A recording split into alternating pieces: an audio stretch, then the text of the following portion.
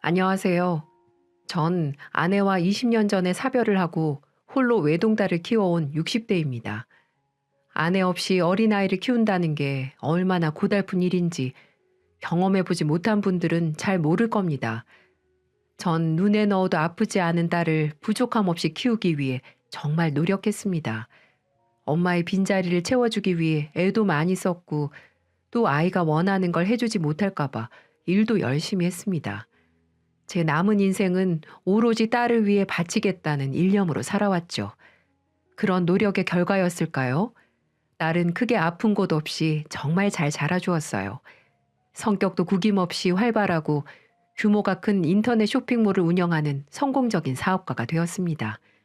무엇보다도 저한테 아주 잘하는 효녀이기도 하죠. 먼저 간 아내가 제게 칭찬을 해줄 정도로 아주 자랑스러운 딸이랍니다. 하지만 그런 딸이 큰일 날 뻔한 사건이 있었어요. 지금도 그 생각만 하면 머리가 핑하고 돌 정도로 아찔합니다. 그 사연을 여러분들과 공유하기 위해서 이렇게 펜을 들어봅니다. 전 작은 인테리어 업체를 운영하고 있어요. 한 자리에서 오랫동안 운영을 해왔고 꼼꼼한 성격 탓에 솜씨 좋은 집이라는 소문도 많이 나 있습니다. 고되고 힘든 일이지만 이 일을 통해 딸에게 많은 것을 해줄 수 있었으니까 제겐 아주 고마운 직업인 셈이죠. 평소와 다름없이 열심히 일을 하고 있던 어느 날 젊은 남자 하나가 제 사무실로 찾아오더군요. 멀끔한 양복 차림에 얼굴도 호남형으로 잘생긴 청년이었습니다. 알고 보니 그는 제게 작업을 의뢰하려는 고객이었어요.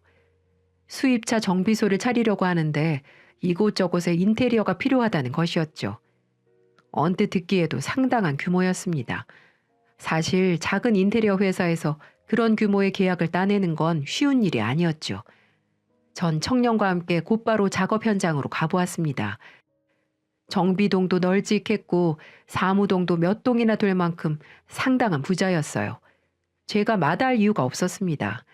그렇게 계약서에 도장을 찍고 전 최선을 다해 작업에 돌입했죠. 규모가 큰 만큼 작업 기일도 몇 달이나 걸릴 정도였습니다.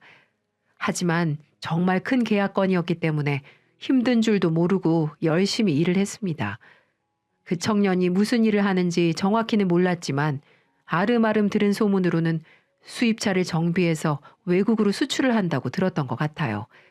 그런 쪽으로 문외한이었기 때문에 그런 일로도 이렇게 큰 사업체를 운영할 수 있다는 것이 꽤 놀라웠습니다. 젊은 친구가 사업 수완이 참 좋다는 생각도 했죠. 사장님 말대로 내벽 자재를 이걸로 하니까 아주 좋은데요. 역시 제가 인테리어 회사를 아주 잘 고른 것 같습니다. 허허, 그렇게 말씀해 주시니 감사합니다. 완성된 사무실을 보시면 정말 실망하시지 않을 겁니다. 사장님을 처음 딱 보는 순간 감이 왔다니까요. 정말 일에 대해선 프로시구나. 이분에게 일을 맡기면 절대 후회할 리는 없겠다고 확신했습니다. 아이고, 그렇게 말씀해 주시니 감사합니다. 별 말씀을요. 참, 이건 제가 일하시는 분들이랑 함께 회식이나 좀 하시라고 넣었거든요. 많지 않습니다. 기분 좋게 받아주세요. 나이답지 않게 성격도 아주 좋고 말솜씨도 유려했습니다. 그리고 사업을 크게 해서인지 돈을 쓰는데 인색하지 않고 시원시원하더군요. 사실 인테리어 일을 하면 배급 문제 때문에 골머리를 썩는 일이 다반사인데 이 젊은 사업가에겐 그런 걱정이 조금도 들지 않았죠. 전 일을 하면서 그 친구에게 조금씩 관심이 갔어요. 하나밖에 없는 제 딸아이는 30이 다 되어 가도록 남자친구 하나 없는 쑥맥이었거든요. 이런 친구가 제 딸의 남편이라면 고생 없이 행복하게 잘 살 수 있겠다는 아버지의 희망사항 같은 생각을 한 것이죠. 전 은근슬쩍 그에 대해서 알아보기 시작했습니다. 혹시 나이가 어떻게 되세요? 저요? 올해 31입니다. 아, 그러시구나. 많은 나이가 아닌데 크게 성공하셨나 보네요. 아유, 머려. 이제 시작이죠. 어렸을 적엔 집안 형편이 좋지 않았거든요. 그래서 군대를 일찍 다녀오고 열심히 살았어요.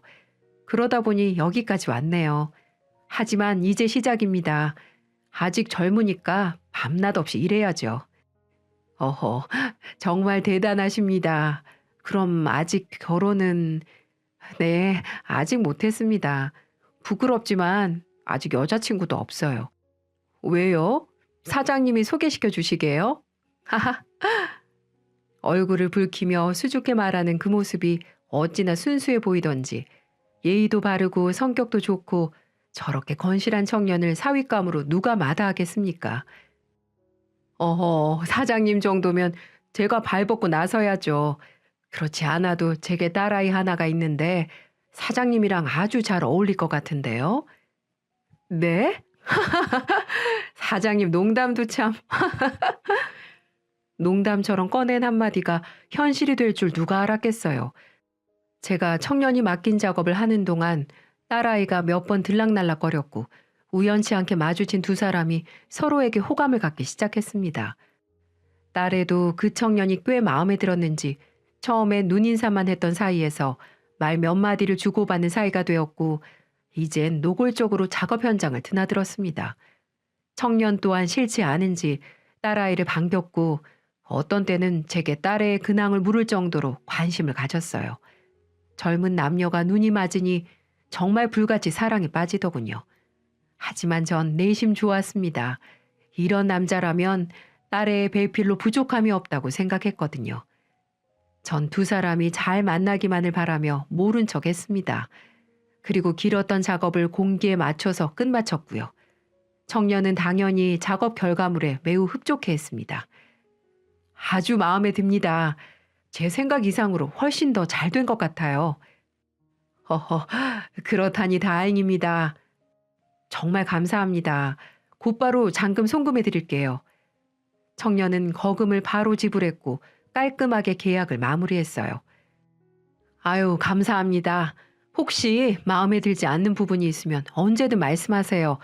바로 보강 작업 해드릴 테니까요. 네, 알겠습니다. 그런데 사장님, 네? 청년은 멋쩍은 표정을 지으며 제 딸의 이름을 꺼내더군요. 드릴 말씀이 있는데요. 수빈 씨 말이에요.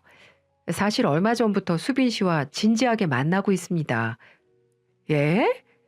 진작에 말씀드려야 했는데 사장님이, 아니 그러니까 아버님이 영 불편해 하실 것 같아서 작업이 끝날 때까지 비밀로 했습니다. 죄송합니다. 아니, 허허, 나 이거 참. 일부러 놀란 척을 좀 했지만 사실 속으론 쾌재를 부르고 있었죠.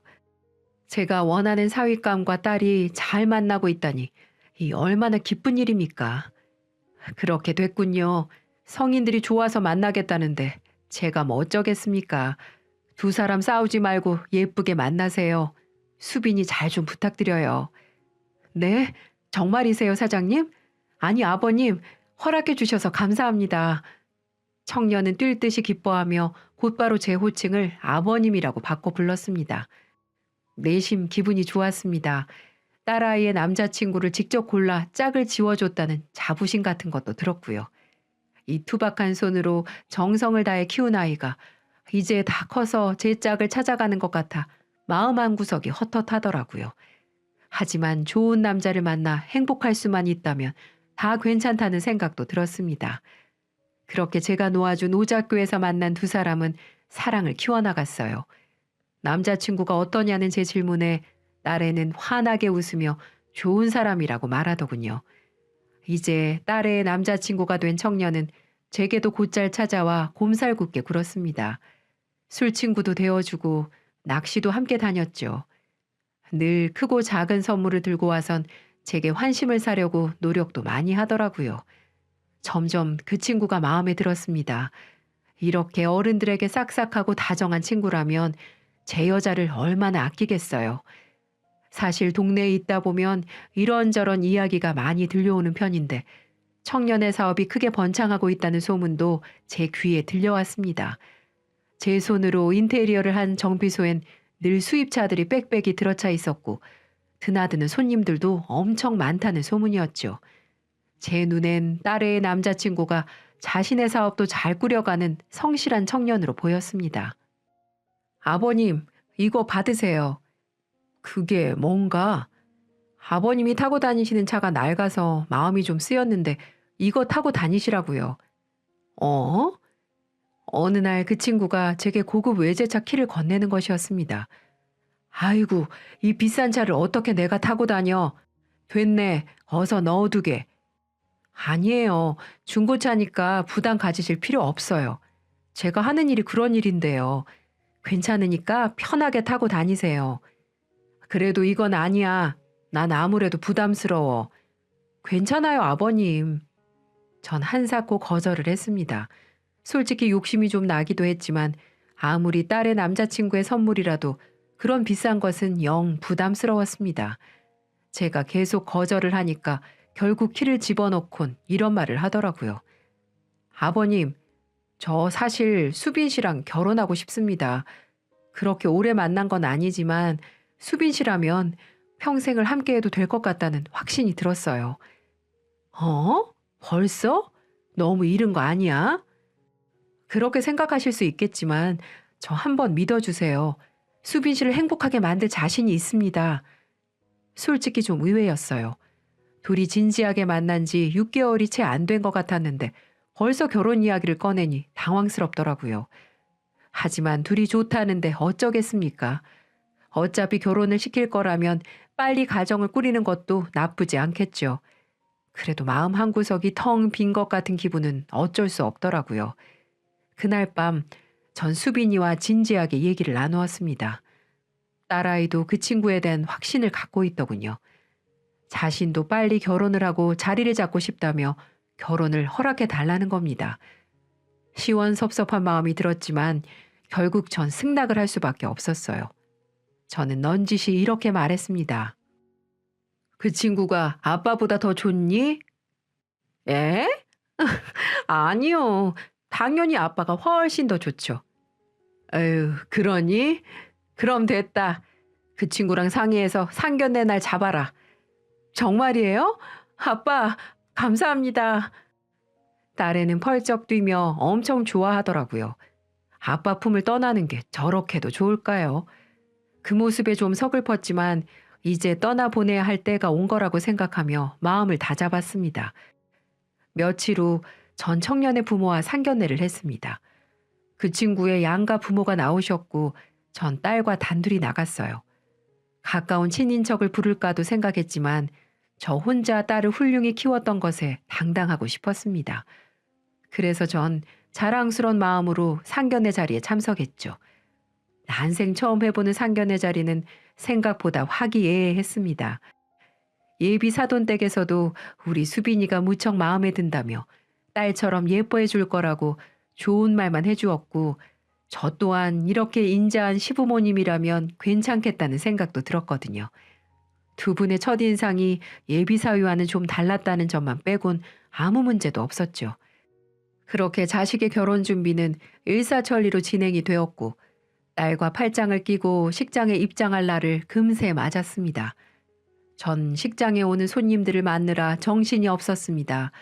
정말 많은 분들이 오셔서 축하를 해주었고 아내 없이 혼자 딸을 훌륭히 키워온 제게 박수도 많이 보내주셨어요. 수빈이를 데리고 카펫 위를 걷는 그 시간이 얼마나 떨리던지요. 예비 신랑에게 제 딸을 건네주던 그 순간은 정말 기분이 묘하더라고요. 이런 날 먼저 간 아내가 있었으면 얼마나 좋았을까요? 전 그런 생각에 결혼식 내내 눈시울을 붉히고 말았답니다. 그렇게 결혼식이 거의 마무리가 돼갈 때쯤 누군가 제게 말을 거는 것이었습니다. 저 혹시 신부 측 아버님 되시죠? 네, 그런데요. 누구시죠? 전 신랑 친구 되는 사람인데요. 혹시 시간 괜찮으시면 말씀 좀 나눌 수 있을까요? 네, 무슨 일 때문에 그러시는데요? 전 불안한 예감이 들었습니다. 갑자기 신랑 친구가 제게 따로 할 말이 있다고 하니까 이상한 기분이 불쑥 들더라고요. 하지만 그는 제게 귀인과도 같은 사람이었어요. 아버님, 제가 이런 말씀 드리는 거 오해하지 말고 들으세요. 전 과거에는 신랑의 친구였지만 지금은 걔한테 사기를 당한 피해자입니다. 사기요? 그게 무슨 말씀입니까? 그 친구가 꺼낸 말은 정말 충격적이었습니다. 제 딸과 결혼한 그놈이 사기전과 오범으로 징역도 몇 년씩이나 살고 왔다는 거였습니다. 자신도 그놈한테 속아 신용불량자가 되었고 생활이 힘들 정도로 상황이 어려워졌다는 거였죠.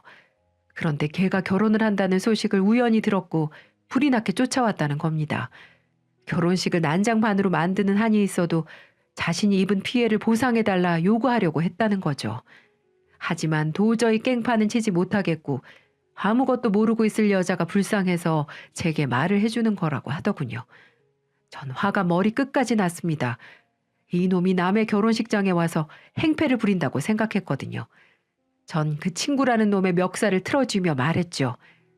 이 사람이 지금 무슨 헛소리를 하는 거야?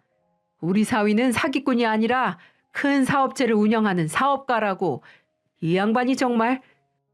네, 아버님이 모르실 거라 생각했습니다. 혹시 그놈 자기가 하는 사업이 수입차 무역 어쩌고 저쩌고 하지 않던가요? 그렇긴 한데 내 눈으로 직접 봤어. 수입차가 빽빽이 들어간 큰 정비소도 가지고 있다고. 그럴 줄 알았어요. 아버님, 그놈 그거 완전히 새빨간 거짓말 하는 겁니다. 사실은 그게 아니라 다른 사람 명의로 수입차를 리스해서 대포차로 팔아넘기는 사기를 치고 있는 거예요. 그 수법으로 벌써 몇 번이나 해먹었는지 모릅니다. 아버님, 제 말을 믿지 않으셔도 상관없는데요. 한번 잘 알아보세요. 그리고 그놈 벌써 결혼도 여러 번 했습니다.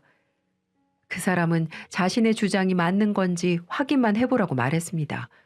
그런다고 자기가 무슨 이득이 있겠냐며 따님 생각해서라도 그 정도는 확인해 볼 필요가 있지 않겠냐고 설득하더라고요. 정말 그 자리에서 졸도할 뻔했습니다. 번듯한 사업가인 줄만 알았던 그 친구가 사기 오범의 전과자라니요. 게다가 몇 번이나 결혼을 했다니요. 전 하늘이 무너지는 것만 같았습니다. 가슴속이 타들어가며 꺽꺽 숨이 막힐 정도였어요. 정말 그 사람의 말이 맞다면 어떻게 해야 할까요? 그런 놈을 제 딸의 짝이라고 믿고 있던 제가 너무나 한심했습니다. 제가 서 있는 곳이 벼랑 끝이라면 당장 떨어져 죽어버리고 싶은 심정이었죠. 하지만 결혼식은 이미 끝났고 날 내외는 신혼여행을 떠난 후였습니다. 어떻게든 일을 수습해야 한다고 생각했죠. 우선 그 사람의 말이 사실인지 아닌지를 먼저 따져봐야 했습니다.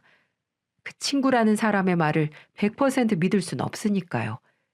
전 정신없이 경찰서로 향했어요. 네, 무슨 일로 오셨어요? 혹시 말이죠. 사위에게 혹시 전과가 있는지 확인을 좀 하고 싶은데 가능합니까? 하지만 범죄 경력 주에는 아무나 할 수 없다는 답이 돌아오더군요. 가슴이 답답했습니다. 정말 그 말을 믿고 싶진 않았지만 제 귀로 들은 이상 어떻게든 확인을 해봐야 했어요. 제 딸의 인생을 제가 망칠 순 없지 않겠습니까? 전 고심 끝에 흥신소에 의뢰를 하기로 했죠. 지저분한 일이라는 건 알고 있었지만 사위의 뒷조사를 해봐야 마음이 편할 것 같았습니다. 빠른 결과를 받기 위해 웃돈까지 내주었습니다. 전 그 정도로 절박했거든요. 다행히 신혼여행에서 두 사람이 돌아오기 전 사위의 과거를 받아볼 수 있었습니다. 충격적이었어요. 제게 사위의 실체를 알려준 그 친구의 말은 틀림없이 사실이더군요. 아니, 드러난 사위의 추악한 과거는 더 심했습니다. 그는 그때 사기를 치고 6년이나 수감 생활을 할 정도로 악질 사기꾼이었습니다. 타인의 명의로 수입차를 리스받게 만들고 그것을 또 다른 업자에게 팔아넘기는 수법으로 피해자의 피고름을 빨아먹는 파렴치한 인물이었던 것이었죠. 지금 차려놓고 운영 중인 정비소도 남들에게 그럴듯하게 보이기 위한 수법인 것이었어요. 어쩌면 벌써 수많은 사람들이 사위에게 당하고 있을지도 몰랐습니다. 게다가 결혼식도 이미 3번이나 한 유부남이었습니다. 의도적으로 결혼을 하고 신부의 명의로 수입차를 리스를 받았던 것이었죠. 이 때문에 결혼 사기죄로 형을 살은 전력도 있었어요. 정말 이 현실을 믿기 힘들었습니다. 기가 막히고 코가 막힐 일이었어요. 제 무지함에 딸 인생을 망쳐버리고 만 것이었습니다. 이제 어떻게 해야 할지 정말 막막하더군요. 제가 정신을 차리지 못한 며칠 사이 두 사람이 신혼여행에서 돌아왔고 전 조용히 딸애를 불렀습니다. 내 이상한 기색을 느낀 딸애가 물었습니다. 아빠, 무슨 일이에요? 왜 이렇게 안색이 안 좋아? 수빈아, 그게... 전 최대한 차분하게 그간 있었던 일을 설명했어요. 큰 충격을 받은 딸애는 밤새도록 눈물을 흘렸습니다. 겨우 정신을 차린 딸이 말하더군요. 사실 신랑이 사업 때문에 수입차 리스를 받으라고 권했다는 것이었어요. 딸의 명의로 리스를 받으면 그 수입차를 렌털로 돌리면서 수익을 낼 수 있다는 거였습니다. 별거 아니니까 큰 걱정하지 않아도 된다면서 말이죠. 그것으로 이놈이 지금도 큰 사기를 치고 있다는 게 확실해졌습니다. 이미 수빈이 말고도 여러 사람들의 명의를 빌려 쓰고 있을 거라고 생각했어요. 다행히 수빈이는 자신의 명의로 리스를 받지 않았고 아직 그놈과도 혼인신고를 하지 않았다고 했습니다. 정말 불행 중 다행인 일이었죠. 전 이놈을 가만히 내버려둬서는 안 되겠다고 생각했어요. 무슨 수를 써서라도 법의 심판을 받게 해야겠다고 다짐했죠. 전 수빈이한테 이렇게 말했습니다.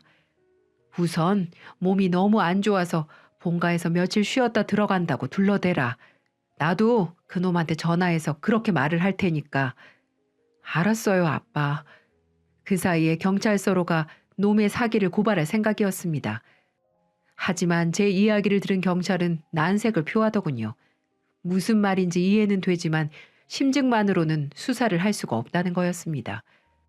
전과자라고 해서 무조건 의심한다는 것은 안 된다는 거죠. 지금 당장 걸고 넘어질 수 있는 건 결혼 전력을 숨기고 결혼을 했다는 정도인데 이 역시 모두 이혼 중인 상태라 큰 죄를 물을 정도는 아니라는 겁니다. 마음이 조급해졌습니다. 딸의 인생을 망친 놈을 가만히 내버려 두자니 속에서 천불이 일어나 죽을 맛이었습니다. 어떻게든 놈이 죄값을 치르게 만들고 싶은데 도저히 방법이 없더군요. 사방팔방으로 알아봤지만 다들 고개만 저었어요. 그 사이 사위가 본가로 찾아왔습니다. 전 큰 마음을 먹고 사위를 대면했어요. 아버님, 수빈이가 왜 그러는지 아세요? 대체 어디가 아파서 집에 못 들어오겠대요? 병원을 가자고 해도 영 말을 듣지 않네요. 사위는 납득하지 못하겠다는 듯 제게 물었습니다. 전 시치미를 떼고 이렇게 말했어요. 글쎄, 아무래도 자네가 좀 이해를 해주는 게 좋겠어. 수빈이가 결혼을 하니까 심리적으로 좀 불안한가 봐. 그냥 이곳에서 며칠 쉬면 괜찮아질 거야. 내가 잘 다독여 보낼 테니까 걱정 말게. 알겠습니다, 아버님. 아, 그런데 아버님, 혹시 투자할 생각 없으세요? 뭐? 투자? 무슨 투자 말인가? 제가 하고 있는 사업인데요. 아버님 명의로 수입차를 리스한 다음 제가 매달 나가는 리스 비용을 대납을 해드리는 거죠. 그리고 전 그 수입차로 렌탈 사업을 하면서 수익을 내고 수익의 일부를 아버님께 드리는 겁니다. 매달 받아가실 수 있는 돈이 꽤 돼요. 지금 수입차 렌털 사업이 아주 쏠쏠하거든요. 제가 다 알아서 할 테니까 아버님 명의만 빌려주시면 되세요. 그놈은 수빈이도 모자라 이제 저한테까지 사기를 치려는 것이었습니다. 그렇게 사람들을 속여 최대한 수입차를 리스받게 만든 다음 그 차를 처분해버리는 수법이죠. 돈만 챙긴 그놈은 소리 소문 없이 사라질 테고요. 당장 그놈의 멱살을 잡고 두들겨 패고 싶었지만 꾹 참았습니다. 이런 식으론 복수가 되지 않을 거라는 걸 잘 알고 있었기 때문이죠. 아니야, 그런 건 영 복잡해서 말이지. 됐네. 난 지금 일하는 걸로 만족하고 있어. 아유, 아버님은 신분증이랑 사인만 하시면 돼요. 다 제가 알아서 하죠. 일단은 알았으니까 좀 더 생각을 해봄세. 그 사위놈은 아쉬운 표정으로 돌아갔습니다. 일단은 시간을 벌었으니 어떻게든 이놈을 깜빵에 집어넣을 수 있는 방법을 찾아야 했어요. 다시 경찰서를 찾아가 보고 변호사도 만나봤지만 다들 증거가 없으면 방법이 없다는 말뿐이었습니다. 고소를 해도 놈에겐 별 문제가 되지 않을 거라는 거였죠. 결국 제가 할 수 있는 일은 놈이 사기를 치고 있는 대상자를 일일이 찾아내 당신이 사기를 당하고 있다는 것을 알린 다음 단체 행동으로 대응하는 방법밖에 없었죠. 하지만 그놈이 누구한테 사기를 치고 있는지 알 수 있는 방법이 없었습니다. 제게 그런 것을 알려줄 리도 없고요.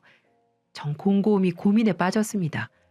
그러다 문득 방법이 하나 떠올랐어요. 그건 사위의 사무실을 직접 뒤져봐야겠다는 것이었죠. 전 그놈에게 말했습니다. 김서방, 이거 곤란하게 됐어. 지난번 자네 사무실 인테리어 공사를 하던 중에 빠뜨린 것이 있었지 뭔가. 바닥 난방을 돌리려면 꼭 있어야 할 중요한 부품인데 글쎄 기술자가 그걸 빼먹었대. 네? 그럼 어떡해요, 아버님? 겨울이 오기 전에 바닥 공사를 좀 해야겠어. 바닥 타일 한두 개만 뜯으면 되니까 별거 아니야. 아, 그래요? 혹시 큰 공사라고 하면 주요 서류들을 다른 곳에 옮길까봐 하루 밤샘 작업이면 끝날 거라고 사무실 문만 열어달라고 했습니다. 놈이 의심을 할까봐 가슴이 조마조마했지만 다행히 그놈은 대수롭지 않게 생각하더군요. 사위한테 사무실 키 번호를 받은 전 그날 저녁 결정적인 증거를 찾기 위해 사무실을 뒤지기로 결정했습니다. 공사를 하는 것처럼 위장을 하기 위해 공구와 재료들을 잔뜩 들고 사위의 사무실에 들어섰어요. 그리고 사무실 구석구석을 찾기 시작했죠. 하지만 그렇게 중요한 것을 찾기 쉬운 곳에 둘 리가 없죠. 눈에 불을 켜고 밤새 찾아봐도 아무것도 건질 수가 없었습니다. 몸도 마음도 금방 지치더라고요. 이 세상에 이런 놈을 내버려 두면 또 수많은 피해자들이 생겨날 겁니다. 이름 모를 누군가는 이놈에게 재산과 마음을 잃고 피눈물을 흘리겠지요. 절대 그럴 순 없었어요. 전 다시 힘을 내서 사무실을 뒤졌습니다. 그러다 문득 이상한 점이 생각났습니다. 보통 사무실이라면 작은 금고짐은 있기 마련인데 이곳엔 그런 게 없다는 것이었습니다. 뭐 중요한 게 없는 사무실이라면 그럴 수도 있겠지만 타인의 명의로 사기를 치는 이놈에겐 중요한 서류 같은 것이 분명 있을 텐데 말이죠.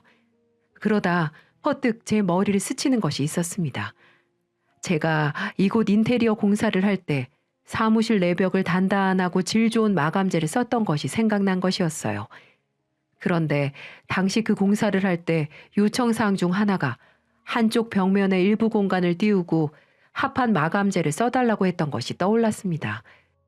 그렇게 하면 깔끔하지 않을 것 같다는 제 말에도 그놈은 꼭 그렇게 해달라며 신신당부를 했었지요.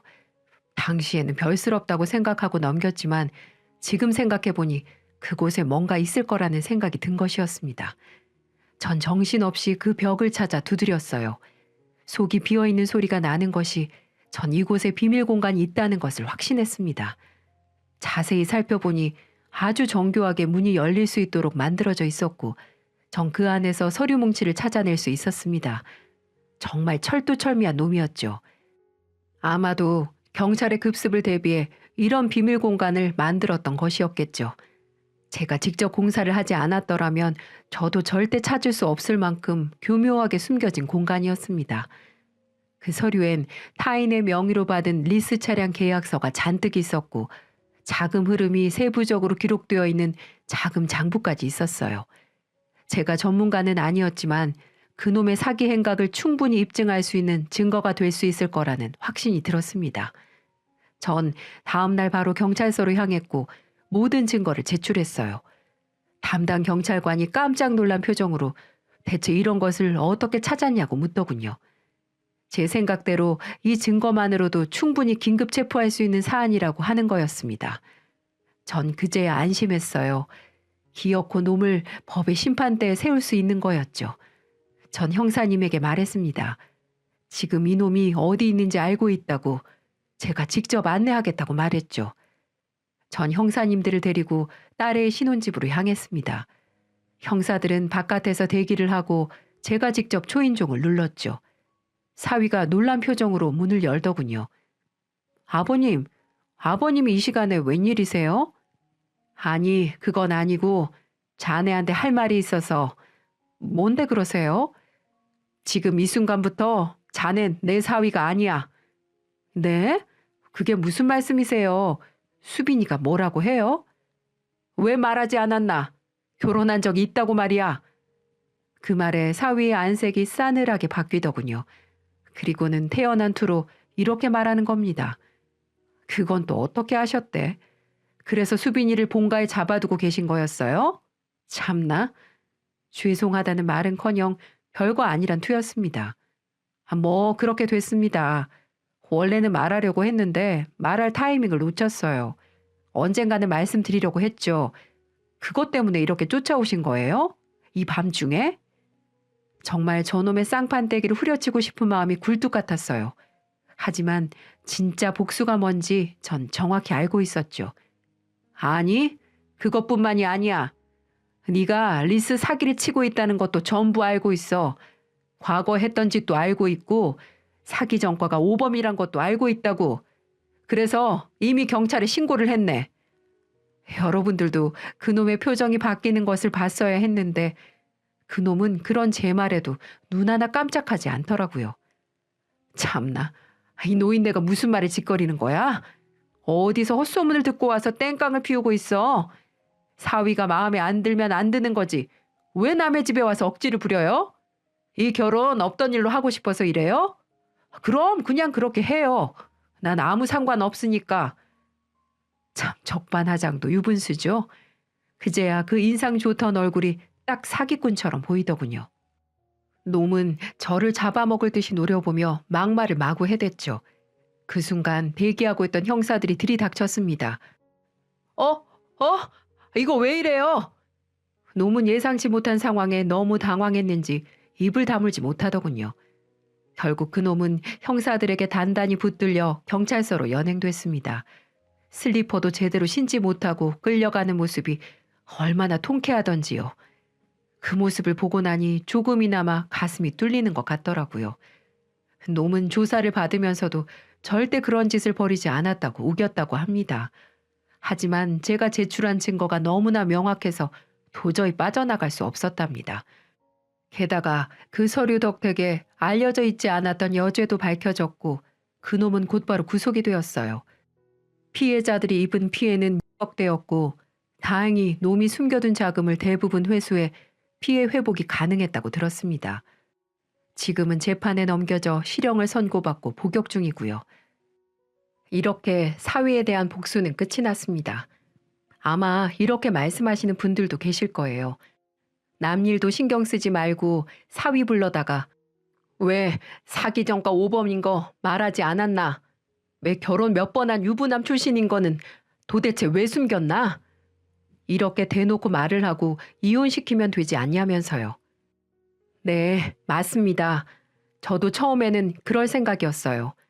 하지만 제 딸도 모자라 저까지 사기에 끌어들이는 모습을 보고 이건 보통 일이 아니라고 생각했고 요즘처럼 어려운 시국에 힘든 사람이 또 이놈 하나 때문에 사기를 당해 인생의 낙오자가 될 수 있을 거라 생각을 했기 때문이죠. 수입차 리스는 차 가격도 수천에서 비싼 것은 억 단위고 보통 힘이 없는 사람들, 돈이 필요한 사람들, 단돈 100만 원이 없어 명의를 대여해주고 차로 가로챘던 거였습니다. 조건이 안 된 사람들은 리스가 안 됐기 때문에 조직적으로 직장을 만들어주고 통장까지 조작해서 어떻게든 외제차 리스가 나오게끔 서류를 조작한 아주 나쁜 놈들이었어요. 그리고 이게 가능했던 이유는 딸이 빨리 이건 아니라는 걸 깨닫고 옆에서 응원해준 덕분이었어요. 아무리 결혼한 남자라지만 사람들 피를 빨아들이는 기생충 같은 사람하고는 도저히 못 산다면서 옆에서 힘을 줘서 가능할 수도 있었네요. 그리고 제가 이 사실을 알고 난 후부터는 딸은 그놈하고 지내지 않고 저와 지냈기 때문에 그놈하고 마주칠 일도 없었고 딸도 그놈과의 만남이 짧았기 때문에 빠르게 이혼을 결정할 수 있었어요. 전 이 일 때문에 경찰서에서 감사장도 받을 수 있었네요. 알고 보니 신분증만 제출하고 아직 리스 계약을 하지 않은 사람들도 꽤 있어 보였어요. 제가 용기를 내지 않았다면 이 많은 사람들이 더 많은 피해를 봤을 거라면서 공로를 인정해 감사장을 준 것이었습니다. 이걸 받아야 될지 말아야 될지 쑥스럽긴 했지만 앞으로 더 정의롭게 살아가라고 준 걸로 받아들이고 정말 감사하게 받았네요. 그놈이 감옥에서 진정한 반성을 할지 모르겠지만 어쨌든 죗값을 치르게 할 수 있어서 참 다행이라는 생각이 드네요. 딸에도 충격에서 많이 벗어난 상태입니다. 결혼식까지 치른 남자에게 이런 큰 배신을 겪었으니 얼마나 절망적이었을까요? 하지만 그 애는 다시 꿋꿋이 일어나 자기 일에 전념하고 있답니다. 저 역시 일상으로 돌아와 있습니다. 사람 보는 눈이 없는 저 때문에 딸에게 불행을 안겨준 것 같아 고통스럽지만 그나마 여기서 멈출 수 있던 게 다행이라고 생각하고 있어요. 딸아이도 다 자기 탓이라며 오히려 제게 마음 쓰지 말라는 위로를 합니다. 여러분, 제 기막힌 사연이 어떠셨나요? 이제 가슴 철렁했던 제 이야기를 마무리할까 합니다. 여러분도 세상 사는 게 많이 힘드시겠지만 웃을 일 찾아가시며 지내시고 또 한박 웃음 지을 만한 일들이 넘쳐나시기를 기원하겠습니다. 감사합니다.